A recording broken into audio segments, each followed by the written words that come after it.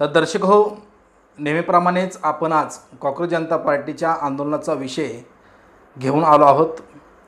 आज अभिजित दिपके यांचं नागपूर या ठिकाणी आंदोलन होतं। या आंदोलनाच्या पूर्वी त्यांनी नेट पेपर देणारी विद्यार्थिनी होती जिनं आत्महत्या केली काही महिन्यापूर्वी, त्या आकांक्षा चतुर्वेदी हिच्या घरी सर्वप्रथम भेट दिली आणि त्यानंतर ते आंदोलनामध्ये सहभागी झाले।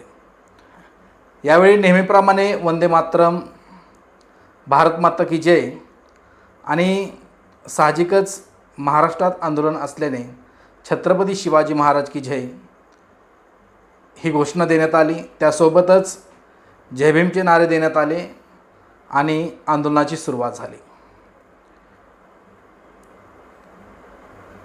ते भाषणामध्ये म्हणाले की देशात नरेंद्र आणि राज्यात देवेंद्र असून काय उपयोग। मुख्यमंत्री देवेंद्र फडणवीस हे नागपूरचे आहेत आणि त्यांच्या घरापासून फक्त 500 मीटरच्या अंतरावर आकांक्षा चतुर्वेदी हिचं घर आहे। आता नेट पेपर हे केंद्र सरकारच्या अखत्यारीत येतात, त्यामुळे मुख्यमंत्री म्हणतील की हा केंद्र सरकारचा विषय आहे, राज्य सरकारचा नाही। मात्र मुख्यमंत्री देवेंद्र फडणवीस हे महाराष्ट्र राज्याचे मुख्यमंत्री आहेत आणि ते नागपूरचे आहेत, त्यामुळे साहजिकच मुख्यमंत्री देवेंद्र फडणवीस यांनी आकांक्षा चतुर्वेदी हिच्या घरी भेट देणं ही त्यांची नैतिक जबाबदारी होती, असं अभिजित दिपके यांचं म्हणणं आहे।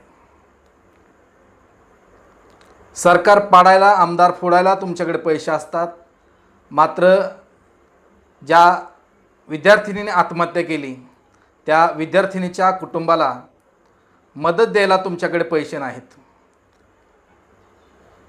खोकेच्या खोके आमदार फोडायला देता तुम्ही, मात्र मदत करायला पैसे नाहीत।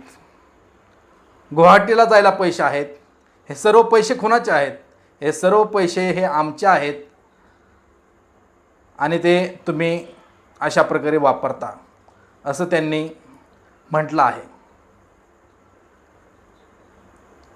त्यासोबतच त्यांनी म्हटलं की प्रसिद्धी माध्यमांवर असं दाखवलं जातं की अभिजित दिपके यांच्यावर हल्ला, अभिजित दिपके यांच्यावर हल्ला। अभिजित दिपके यांच्यावर हल्ला का झाला? अभिजित दिपकेवर हल्ला का झाला? तर अभिजित दिपके हा विद्यार्थ्यांच्या प्रश्नासाठी लढतोय।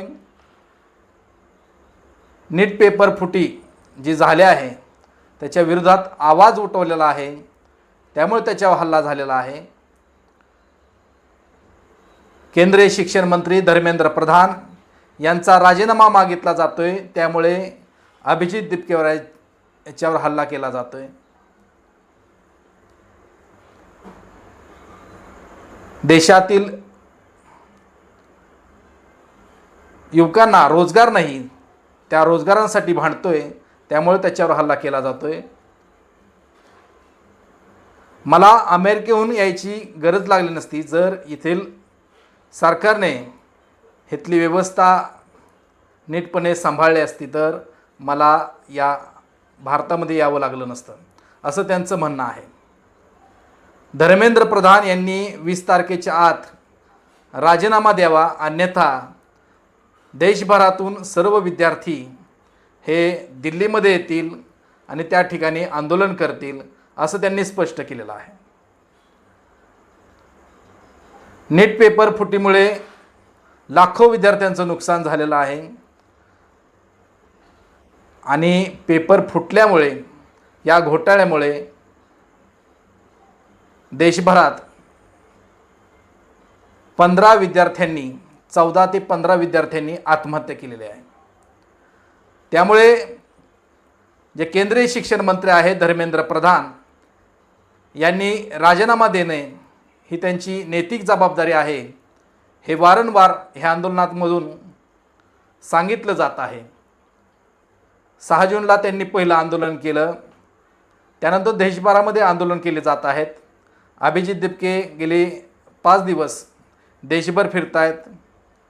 महाराष्ट्र, कर्नाटक, दिल्ली, राजस्थान मधील वेगवेगळ्या शहरांमध्ये त्यांचं आंदोलन झालेलं आहे. येणाऱ्या 20 तारखेला सुद्धा त्यांनी दिल्ली या ठिकाणी मोठं आंदोलन करणार असल्याचं स्पष्ट केलं आहे. त्यामुळे धर्मेंद्र प्रधान यांनी राजीनामा द्यावा अशी वारंवार मागणी केली जात आहे. मुख्यमंत्री देवेंद्र फडणवीस हे म्हणतायत की अराजकता आहे, तर अभिजित दिपके म्हणतायत की हो, जर आकांक्षा चतुर्वेदी हिच्यासोबत उभं राहणं हे अराजकता असेल तर मी अराजक आहे. जय भीमच्या घोषणा देणं अराजक असेल तर हो, मी अराजक आहे असं ते म्हणतात. हे देशामध्ये हिंदू मुस्लिमचं राजकारण केलं जातं आहे. या हिंदू मुस्लिमच्या राजकारणाने आपल्याला काय मिळालं का असं विद्यार्थ्यांना, उपस्थित युवकांना ते म्हणाले. तर त्यामधून आवाज आला नाही म्हणून.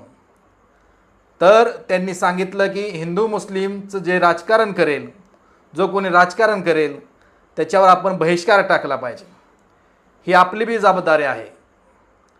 त्यामुळे जो कोणी हिंदू